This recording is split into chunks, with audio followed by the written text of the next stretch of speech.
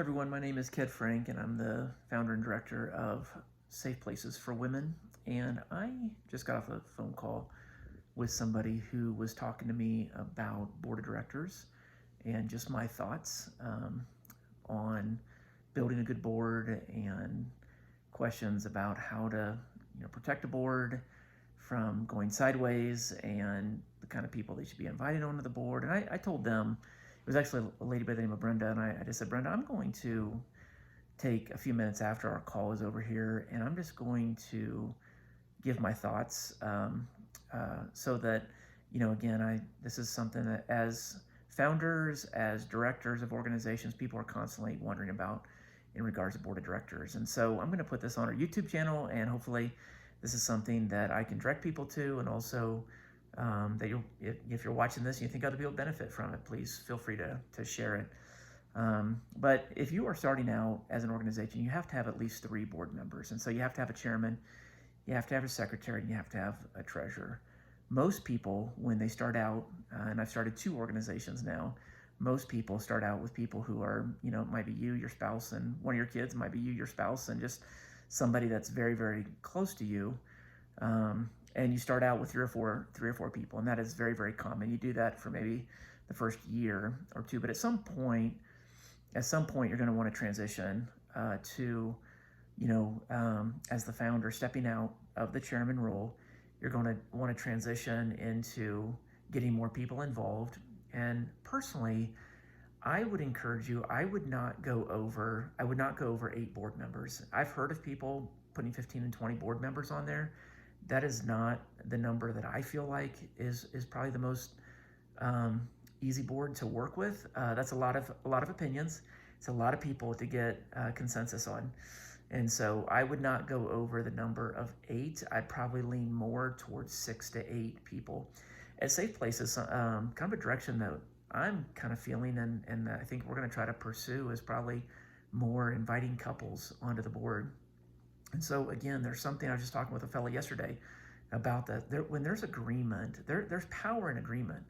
And I think when husbands and wives are both in agreement about something, I think when they, can bring the strength that marriage and the unity of a marriage that is, walking with the Lord and that they're really seeking the Lord together, I think there's power in that. And so I think at Safe Places for Women, as we move forward, we're going to invite couples onto there. The other thing I was telling Brenda, and I told her, I said, I would be very careful of just, again, you want your board to operate more at a 30,000 foot perspective. Now, when you first get started, again, it's all hands on deck and everybody is doing a lot of the day-to-day, but you want to move out of that startup kind of mode.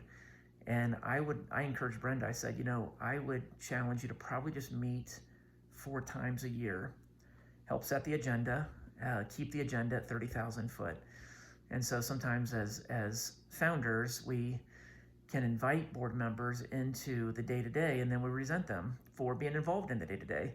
And so it's our responsibility to keep the main thing. As a board, the main responsibilities of a board is to give an annual evaluation of the president, help set the salary and benefits of the director, to set the budget, approve the budget, to also succession planning and strategic planning. But beyond that, again, it's ward off threats to the organization, and also have the back of the director as well too. And so, again, you hear about the boards where it's just constant combativeness. And I think sometimes what happens, and this is mistakes that I've made in the past, but I think what happens is that sometimes we make the mistake of, and you hear the adage of, you need a lawyer on your board, you need a CPA on your board, you need a pastor on your. That's not what I believe makes up the best board. I think the best board are people who you've got some history with, not people that you think are just can write checks, or people that you think you're going to bring them on there because they have a set of skills that you're going to seek their counsel on. I would say contract with those kind of people and don't bring them onto your board. You want to guard the gate of that board. And again, those of you who know my story, again, you know that I've got history with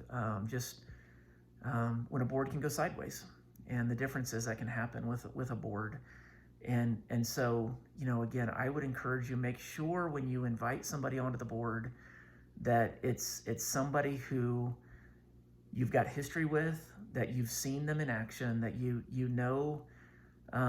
seen them tested, they're reliable, they love the Lord, they've got a heart for the work, you trust them, and that at the end of the day, you're looking for unity on your board. You're not looking for yes people, you're not looking for rubber stamping people, but you're also not looking for combative people either, who you dread every board meeting because there's just this constant tension and friction on the board as well too. You're looking for a board that they work well together. They're humble, there's humility, they care about the mission.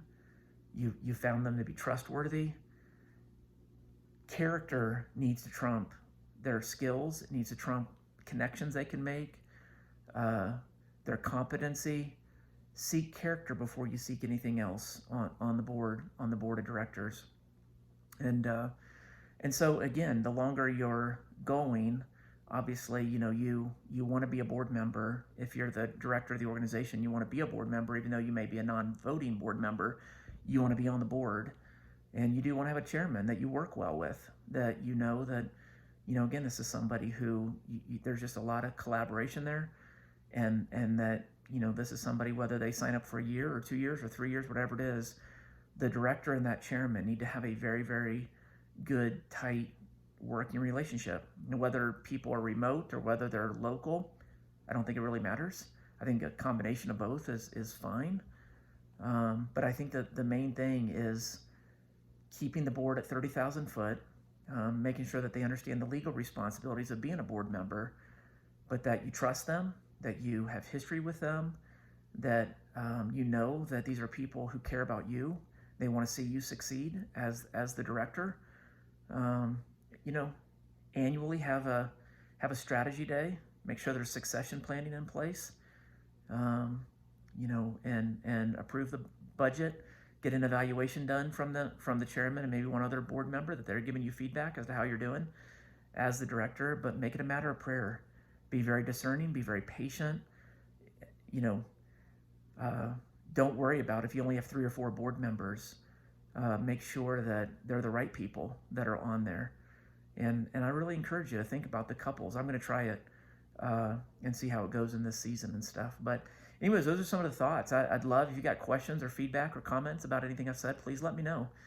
Email me at ked@safeplacesforwomen.org or put it in the comments section. But again, I think the board of directors being the gatekeeper, and also, like I said, it's important, especially if you're a founder. There's a balance of, you want to protect the vision that God has put in your heart is very important to protect, and you want to, steward it well. But at the same time, you also need to be sensitive that legally, this is not your organization. This is not my organization.